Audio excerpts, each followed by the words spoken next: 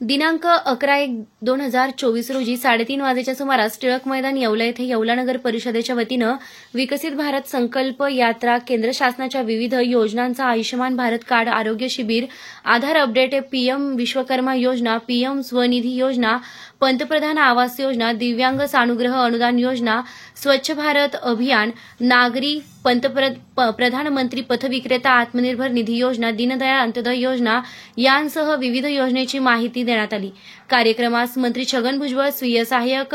बाळासाहेब लोखंडे, भाजपा येवला लासलगाव मतदारसंघ प्रमुख अमृताताई वसंतराव पवार, मुख्याधिकारी किरण देशमुख, आनंद शिंदे, युवराज पाटोळे, पप्पू सस्कर आदी मान्यवर उपस्थित होते। तसेच लाभार्थी, विविध बचत गटांचे महिला व पुरुष मोठ्या संख्येने उपस्थित होते।